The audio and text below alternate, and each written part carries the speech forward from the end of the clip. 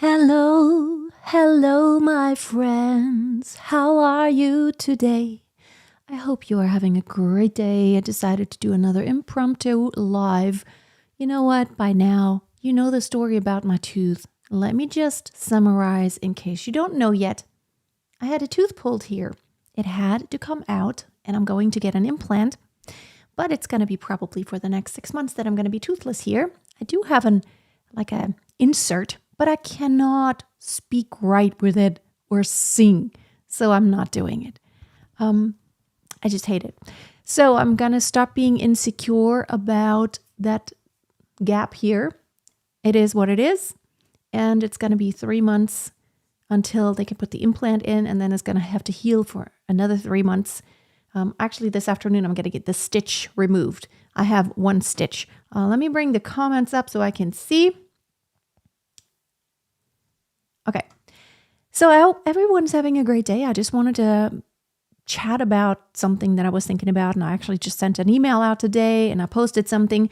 What do Anna Netrebko and Beyoncé have in common? You may think they are so polar opposites. They have very different voices.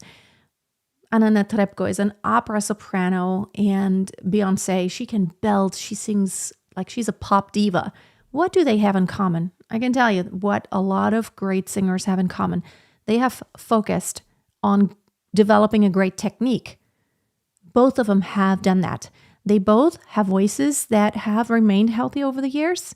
They are still in the game without major problems because they have taken good care of their voices.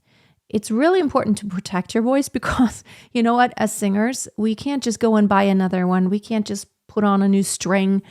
We have an instrument that's very delicate. Also, we use it every single day, not just for singing, but for all kinds of other things in order to communicate with other people. We use it all the time. So,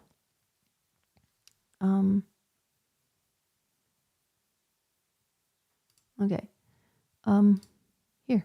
So, yeah, it is really important to make sure that you develop a healthy technique. So in my 3-day Pro Singer Challenge, that's exactly what I want to talk about. I don't want you to blow out your voice, and also don't want you to stay frustrated because you listen to your favorite singers and it's like, how do they do that? How do they sound so amazing and they could still sing for hours and they're still okay, and the next day they sound the same? It's like they can't just on demand pull up their voices and it works. I've always been in a very blessed situation. I had a great teacher who helped me find my very authentic, natural voice and who helped me, sing authentically. That has a lot to do with not struggling. And I can tell you my experience, even in the professional world of singing, there are so many singers, when they came to the concert or the rehearsal, a lot of times they wouldn't even sing out normal. They would just mark in the rehearsals. And the first time they would actually really sing out, like they would perform, was in the performance. And so sometimes the orchestra didn't even get to hear them like they would fully sound until the performance, which is a little crazy. And a lot of singers show up and they're like, no. I mean, it's good that they're protective of their voices. But on the other hand, I always thought, like, why is that? It's like you're a professional singer. Your voice should just work on any given day.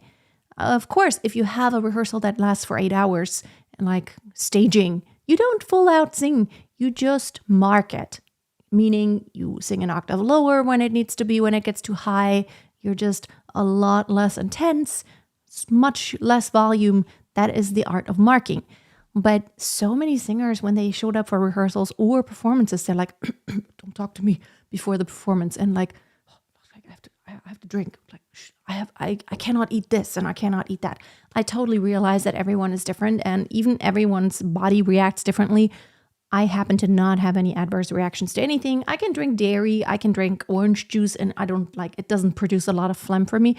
I think a lot of times it's psychological. When you are so worried about everything, then it just triggers this chain reaction. Hi, Opera Lars. Great to see you here. And I've always been one of the few singers. I always show up and I'm like, hey, we're going to have so much fun. I'm so happy today to sing and I can't wait to share this nice music with everyone. And then everyone else would show up. The singers usually will show up and be like, all, oh, wait a minute. Okay, I can't speak now.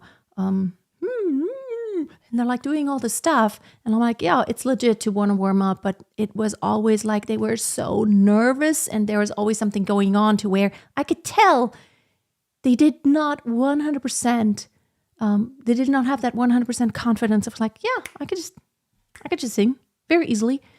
And I don't know why it is that I always was the one showing up and like, okay, no big deal. Even my pianist, he always is like, Freya, how can you be so calm before a performance? Maybe it's not that I'm calm. It's just like I dismiss everything because it's like, what am I going to do now? Being nervous doesn't help anything. There's nothing I'm going to do now. What decade was I born? You don't ask a woman for her age. If I tell you the decade, it narrows it down. But it doesn't matter when I was born. But it's just so stunning to me how many singers have that going on to where it's just like, it's not a natural thing to sing. Even if I had to sing an entire opera, I don't know, it's like, you can't be like, oh my God, you have to sing an entire opera and you have to like go on and on and on. I don't know, singing recitativos, that for me is like a warm up. How is that for you? Are you in a place where your voice works really well? Or are you in a place where you often have some problems? Because a lot of this is psychological, I feel. It's like when you have had problems or it's not to the point to where you just know that when you start singing, nothing bad's going to happen and you're not going to crack. And, here's the thing, even when it's not perfect, being a good musician means you react in such such speed that no one notices anything if something doesn't work out. I can switch registers very quickly to where I kind of save as I notice, oh, it wants to crack, it wants to flip. I can make it sound like it was intentional. But this is just supposed to be a very short, impromptu live, and I just wanted to share these thoughts, and I wanted to tell you one more time about the Pro Singer Challenge. We start next Wednesday, and it's not just for professional singers. It's for anyone who wants to sound more like a pro and feel more like a pro and not get into the spiral of like, oh my goodness, I don't know if my voice is working. And also I'm going to teach you like, what do the pros like Anna Netrebko and Beyoncé, what do they do to sound so polished and amazing? It's not rocket science. It's not, it's not like a secret. Really, it's not a secret. It's just, hey, nameless Neo. First time catching up on a live? Awesome.